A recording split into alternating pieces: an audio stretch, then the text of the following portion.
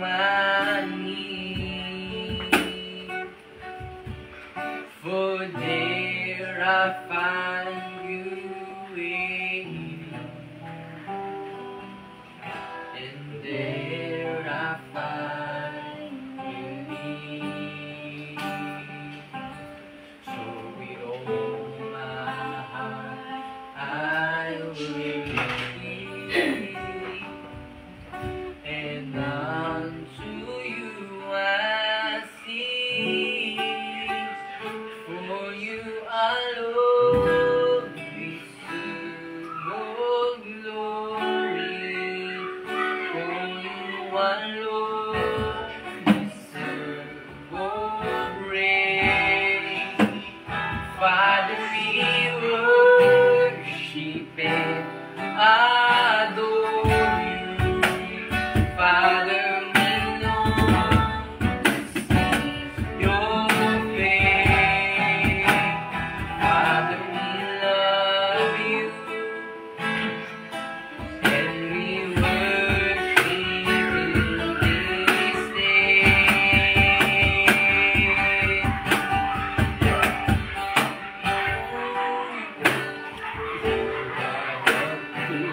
That guards my heart, my head in times of need. You are the hope that leads me on and brings me to my knees. Oh, there I find you waiting, and there I find you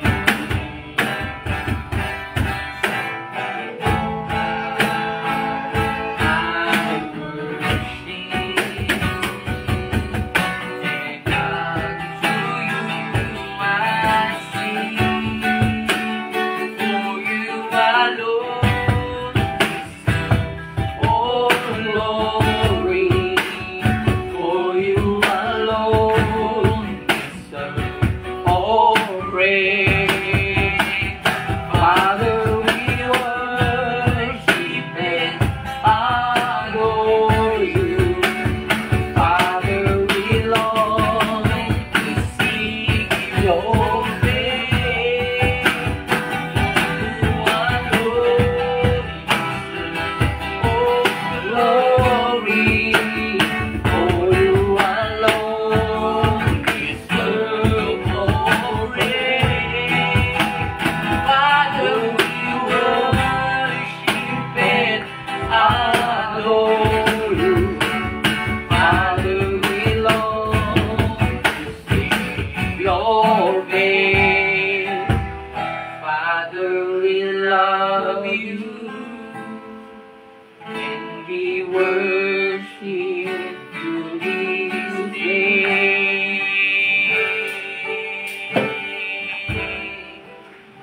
For you alone deserves all glory, for you alone deserve all praise. Father, we worship and adore you. Father, we long to see your face. For you alone deserves all glory, for you alone deserves all praise. Oh, Father, we worship and adore you. Father, we long to see your face. Father, we love you, and we worship you this day.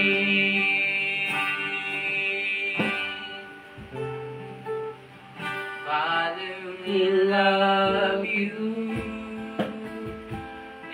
we worship you this day. Yes, Lord. I will worship. Yes, Lord. I will worship you. I will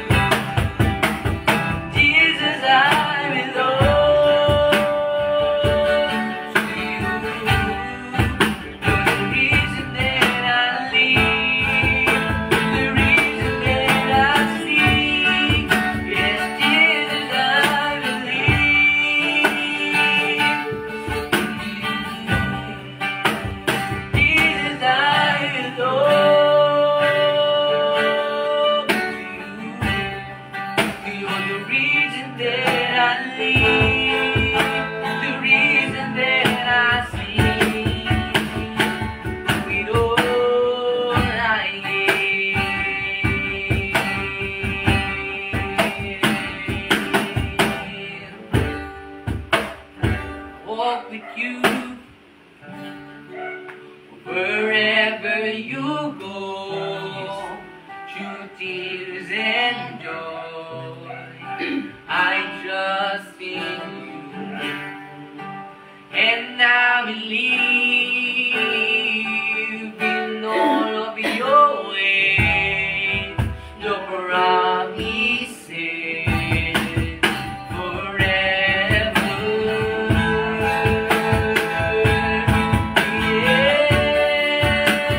Jesus, I believe in you. Jesus, I belong to you.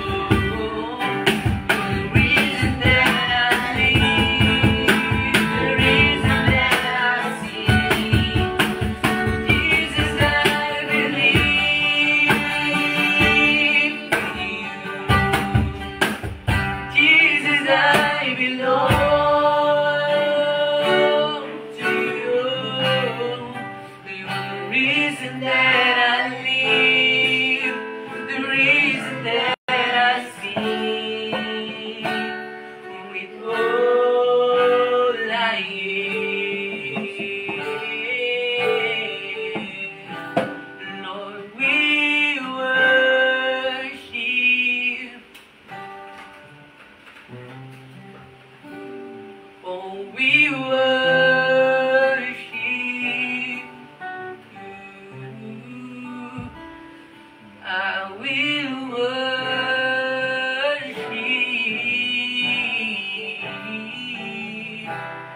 will worship you.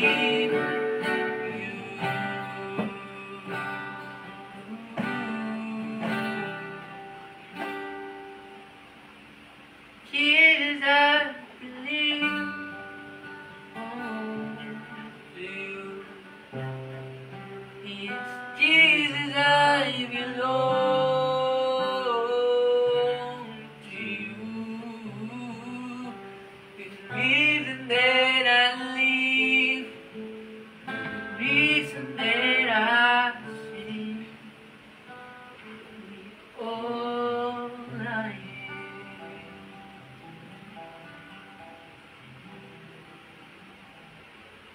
All I am.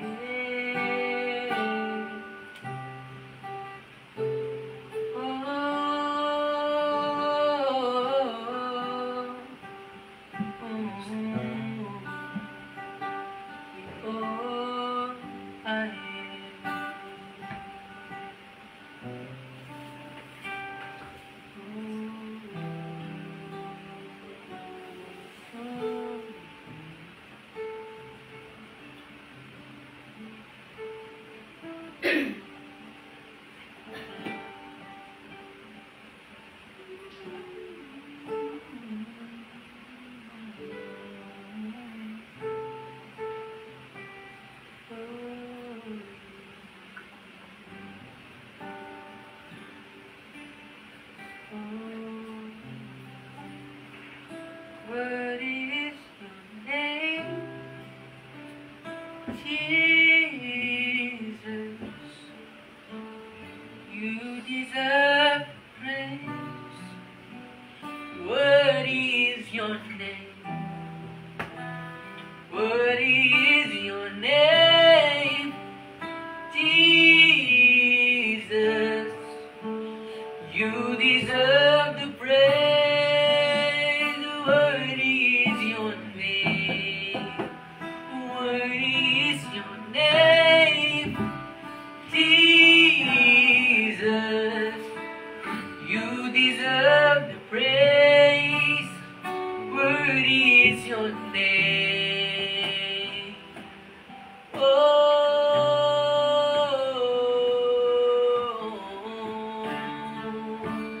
what is your name? Ooh. Be exalted now in the heavens as your glory fill this place. You alone deserve our praise. You're the name above all name. Be exalted now in the heavens as your glory fill this place. You alone deserve our praise. You're the name above all name. Be exalted now in the heavens as your glory fill this place. You alone deserve our praise. You're the name above all names. Be exalted now in the heavens as your glory fill this place. You alone deserve our praise.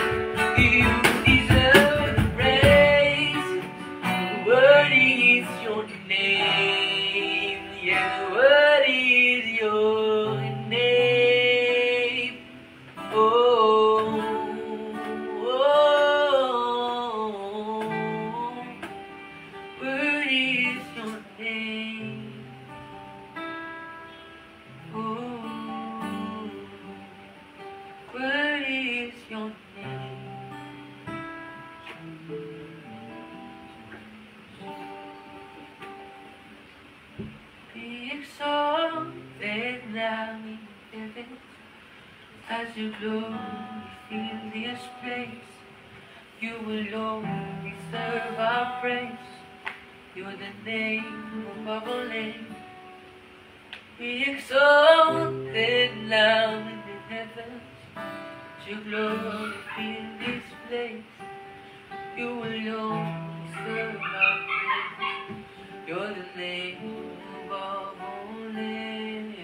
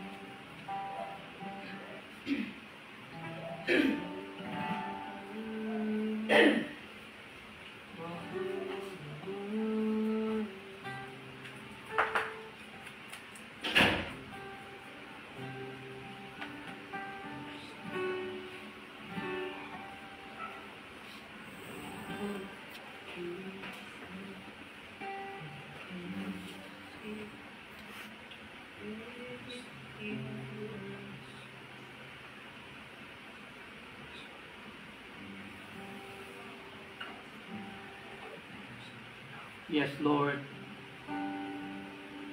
Pinupuri po namin, Panginoon, ang iyong dakila at makapangyarihan, Panginoon.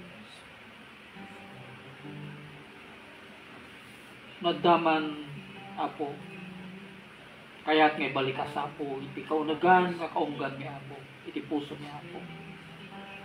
Nagdaman, Apo, kaya't ngay pukaw, Apo, iti kaunggan, Apo, iti puso mi itat tangarapi, Apo. Awan sa bali, no di pa nagtayo kikinika. No di pa nangitan ok nila nga po, itinagan mo ako, itidayo di nga lugar ako, sabi sa San Dios. Apo,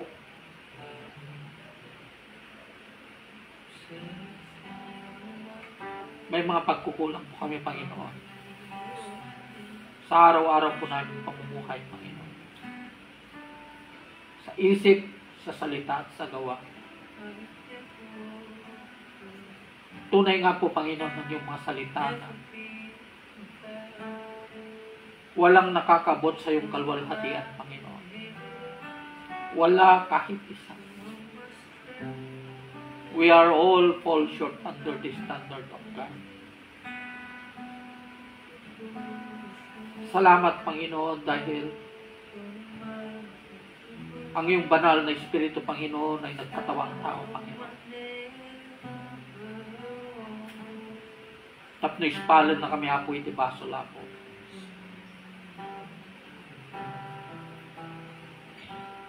Apo, tultuloy ka di, Apo, nga bendisyon na po dahil nga trabaho, dahil nga aramid, Apo.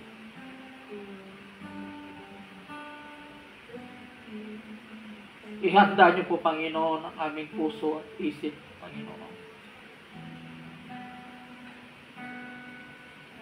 Ang mga kabataan na ito, Panginoon, upang magamit, Panginoon, sa nalalapit po.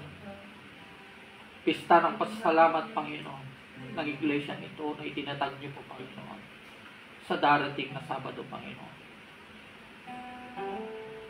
Kayo lamang, Panginoon, ang naitataas, Panginoon. It's only your name to be glorified. It's only your name to be magnified in this place, Panginoon.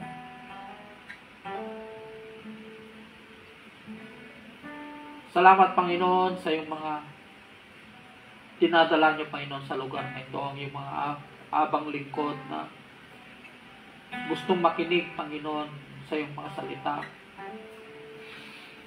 Sa mga pastor, Panginoon, na nagkaka-interest din, Panginoon, na makisama po upang mag-aral at makinig sa iyong mga salita na ibabahagi po ng inyong lingkod na si Daddy Frank, Panginoon. Salamat, Panginoon. Salamat, Panginoon. Tinatas po namin, Panginoon, yung pangalan. In Jesus' mighty name, Amen. Bigyan po ang harap po dito. Break. Malamig.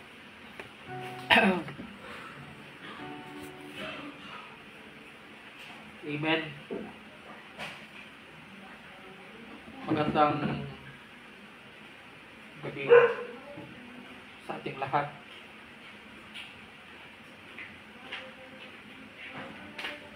Ang ibabahagi ko sa inyo sa gabi ito ay ang kagalakan ng ating Panginoong Jesucristo.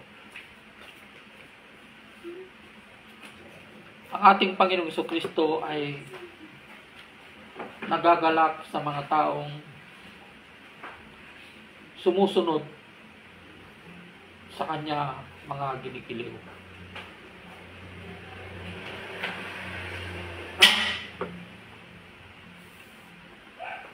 Kahit sabi niya po dito sa Lucas 10:21, noong oras ding iyon, si Jesus ay napuspos ng kagalakan sa pamamagitan ng Espiritu Santo.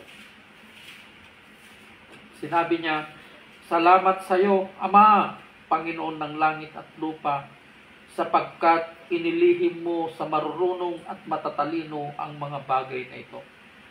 Ngunit inihayag mo sa mga walang muwang. Oo, Ama, sapagkat ganon ang nais mong mangyari." Ang sinasambit dito ng ating Panginoong Jesucristo ay kung bakit siya nagkaroon ng kagalakan ay ang nakakilala ng kanyang pagka-Diyos ay yung mga taong walang muwang. Hindi yung mga nag-aral ng kanyang pagka-Diyos, hindi yung mga nag-aral ng teolohiya, mga ginigiliw, kundi yung mga nagpapakumbaba, yung mga umaamin sa kanilang sarili na sila ay they are poor in spirit. Sabi niya po. Yun ang sinasabi niya sa Matthew 5. Blessed are those who are poor in spirit. Sabi niya po. Mga ginigiliw. Dahil sila ang nakakilala sa pagdating ng ating Panginoong Jesucristo. Kung sino pa yung manag-aral ng kanyang pagka-Diyos, sila pa mismo ang nagpapako sa ating Panginoong Jesucristo sa krus. Kaya hindi yung pag-aaral ng teolohiya, mga ginigiliw, yung pag-aaralan mo yung pagka-Diyos ng Diyos,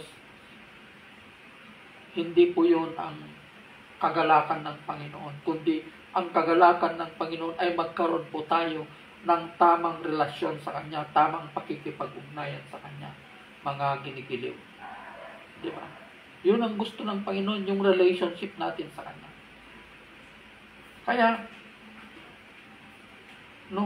nailihim ito sa mga matatalino, sa mga marunong, na hanggang ngayon, mga ginigiliw, ang pinapaniwalaan pa rin nila yung doktrina ng kanilang relihiyon, yung naabot ng kanilang napag-aralan, mga ginigiliw. Kaya't walang silbi ang karunungan kung ang karunungan na ito ay hindi galing sa Panginoon. Kasi ang karunungan na galing sa Panginoon ay palaging nagpapakumbaba. Palaging nagpapakumbaba. Madali lang po natin makikilala, malalaman yung karunungan na galing sa Diyos. Diba? Sa lahat ng oras at pagkakataon, nasa Kanya yung pagpapakumbaba. Hindi yung ang Kanyang sarili ang Kanyang itinataas, kundi ang palagi niyang itinataas ay walang iba kundi ang ating Panginoon, mga ginigiliw. Kaya sabi niya, ibinigay sa akin ng aking Ama ang lahat ng bagay. Walang makakakilala sa anak kundi ang Ama, at wala namang nakakakilala sa Ama kundi ang anak, at ang mga taong minarapat ng anak na makakilala sa Ama. So, ang binigyan lamang niya ng karapatan na makakilala sa Diyos ay yung mga kumikilala sa ating Panginoong Jesucristo, yung minarapat ng ating Panginoong Jesucristo na makakilala sa Diyos Ama mga ginigiliw. Kaya napakapalad po natin dahil binuksan ng Panginoon ang ating puso upang makilala po natin yung Diyos na pinaglilingkuran natin at sinasamba natin.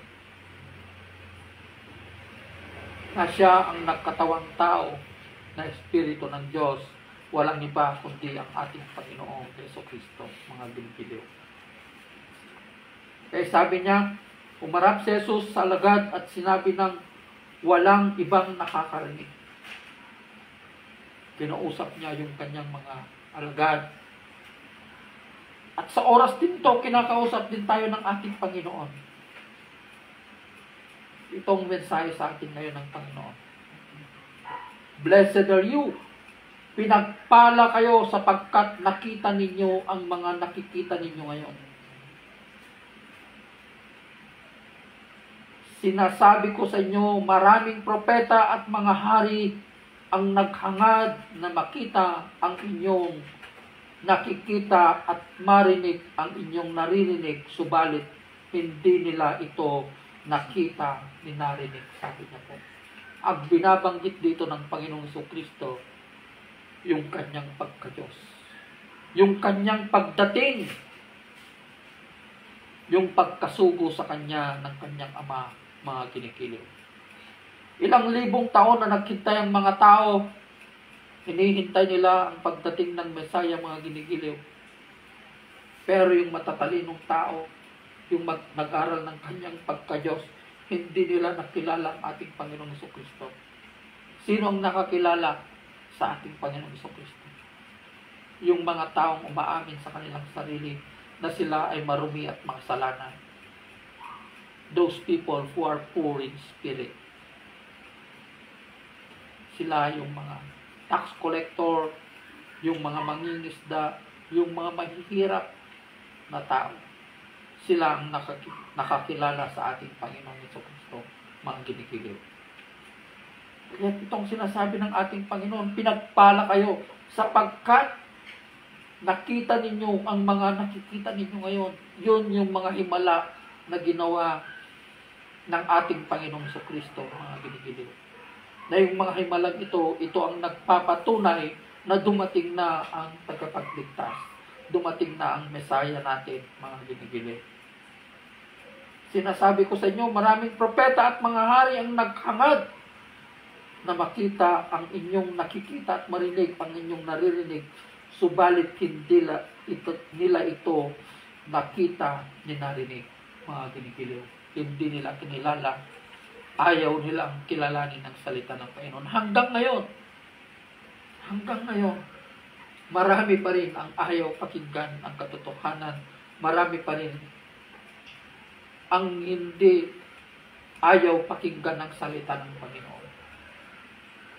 Mas pinapanigan nila, mas pinapakinggan nila kung ano ang sinasabi ng kanilang relihiyon, kung ano ang sinasabi ng kanilang mga nagtuturo sa kanila na hindi naman naaayon sa salita ng Panginoon.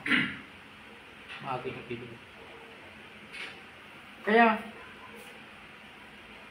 sabi, kung natatandaan nyo ang sinabi ng ating Panginoong Jesucristo kay Tomas, no? Na hindi siya naniniwala sa muling pagkabuhay ng ating Panginoong Jesucristo. Hindi ako naniniwala hanggat hindi ko nakikita ang butas ng kanyang mga kamay at ang kanyang tagiliran na pinagdaanan ng matulis na bagay nung siya ay pinako sa krus, mga ginigiliw. Hindi ako naniniwala, sabi niya. Hanggang dumating ng Panginoong Jesucristo sa kanilang kalagitnaan. Kaya ang sinabi ng ating Panginoong Jesucristo kay Tomas, nung siya ay nagpakita sa kanya sa kanyang muling pagkabuhay, napakapalad mo, Tomas, dahil nakita mo ako. Ibig sabihin, sinasabi ng ating Panginoong Jesucristo, dahil nakita niya ang kanyang muling pagkabuhay. Mapalad si Tomas, pero mas mapalad tayo. At ito ang ibig sabihin ng pananampalataya. Mas mapalad ang mga taong hindi man ako nakita, ngunit sila ay naniniwala at sumasampalataya sa akin. Mas mapalad tayo kay Tomas, mga ginigiliw, hindi man natin nakita ang ating Panginoong Jesucristo, subalit tayo ay sumasampalataya at kinikilala natin siya bilang Diyos at tagapagligtas ng ating buhay. Yun ang ibig sabihin ng pananampalataya. Hindi mo pa nakita ang isang bagay, pero naniniwala ka ng mangyayari at mangyayari ang mga bagay na yun. Kaya inuulit-ulit kong sinasambit na walang ibang pinanggagalingan ng pananampalataya natin kundi nanggagaling lamang sa salita ng Panginoon. Kung ang isang tao na nagsasabi na meron siyang Diyos, nasa kanya ang Diyos, pero hindi niya pinapaniwala ng salita ng Panginoon, ibig sabihin, hindi totoo ang kanyang Diyos, mga ginigiliw. Bakit hindi totoo ang kanyang Diyos? Dahil ang kanyang Diyos ay hindi nanggaling sa salita.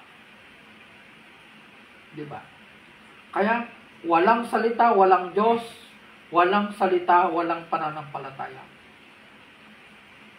Kung sinasabi mo na may Diyos ka, pero sinasabi mo na yung pananampalataya ka, pero hindi mo kinikilala ang salita ng Panginoon sa buhay mo, ibig sabihin, ang Diyos mo ay ang iyong sarili. Diba? Or gumawa lang lamang tayo ng sarili nating Diyos, na ang gusto natin yung Diyos na ginawa natin ay siya ang susunod sa atin. Lumikha lamang tayo sa ating kaisipan ng sarili nating Diyos na kaya natin siyang manduhin. Hindi po. Dapat tayo ang susunod. Kung ano ang sinasabi ng Panginoon sa kanyang salita, tayo dapat ang susunod sa kanya. Hindi pwede na ang Diyos ang susunod sa atin. Tayo ang susunod sa ating Panginoon. Kaya marami ang mali ang Diyos na sinasamba nila. Kaya nilang gumawa ng kasalanan, kaya nilang manloko ng kapwa nila, kasi yung Diyos na sinasamba nila ay hindi Diyos na galing sa salita ng Panginoon. Pero kung Diyos na sinasamba mo ay galing sa salita ng Panginoon, natatakot ka nang gumawa ng kasalanan. Diba? Kasi ito ang Diyos na totoo. Pinapakilala niya yung katangian ng Diyos. Nandito lahat. Kung gusto mong magkaroon ng relasyon, gusto mong makausap ang Diyos, basahin mo ang kanyang salita. Ito ang iniwan ng ating Panginoong Jesucristo nung siya ay umakyat sa langit. Iniwan niya ang kanyang salita. Ito ang Ark of Covenant. Ito ang kapangyarihan ng Diyos na iniwan niya sa atin. Napakapalad na natin eh. No, we are blessed sa panahon natin ngayon. Alam niyo nung unang panahon, no? Nung unang panahon, yung mga nakakahawak lang sa Ark of Covenant, namamatay eh. Namamatay, hindi mo pwedeng hawakan yun kasi andun yung kapangyarihan ng Diyos. Diba? Na yung Ark of Covenant na yon, nawalan ng bisa ang Ark of Covenant na yon nung dumating ang ating Panginoong Jesucristo. Nung nagkatawang tao, ang Espiritu ng Diyos, napawalang bisa na po yung Ark of Covenant na yon, sapagkat yung kapangyarihan ng Ark of Covenant na yon ay napunta na sa ating Panginoong Jesucristo. Kaya nung namatay at muling nabuhay ang ating Panginoong Jesucristo, nung siya ay umakyat sa langit, ang iniwan niya na kapangyarihan ay walang iba kundi ang kanyang salita. Ito ang kapangyarihan ng Diyos. Mapahalad nga tayo eh. Kaya, alam mo, pag ano yan, yung minak mo yung salita ng Panginoon, mabuti nga, hindi ka namamatay kaagad eh. Yung Ark of Covenant nga nun, nahawakan mo lang, namamatay ka eh. How much more? kung hindi mo kinilala ang salita ng Panginoon. Diba? Kaya nga ang Panginoon, sabi niya sa Peter, nauudlot ang pagbabalik ng ating Panginoong Jesucristo dahil gusto niya ang lahat ay maligtas. Gusto niya lahat tayo ay maligtas, mga ginigilig.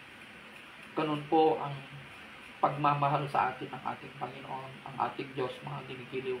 Gusto niya na lahat tayo ay hindi mapahamak. No?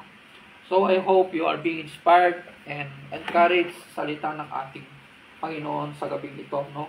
Ang kagalakan ng ating Panginoong Jesucristo, na yung kagalakan na ito ay yung makilala po natin siya bilang Diyos at tagapagligtas ng ating buhay at kaluluwa, mga ginigiling. So, maraming salamat po. Shout out sa pinsan ko, si Maid Evelyn, si Insan Evelyn, si Ma'am Rachel Remart, kay classmate ko na nasa Japan ngayon, Maid Richard Palatao. Magandang gabi sa panunood at pakikinig at sa lahat po ng 12,000 na mahigit na sumusubaybay sa gawain na ito ng Panginoon. I-share po natin ang magandang balita na ito ng Panginoon upang marami pa po ang makakilala sa katotohanan. Ng katotohanan na ito ay walang iba kundi ang ating Panginoong Jesucristo. Ng katotohanan na ito ay masusumpungan lamang natin, matatagpuan lamang natin sa kanyang mga salita. Magandang gabi po. God bless everyone. Maraming salamat po.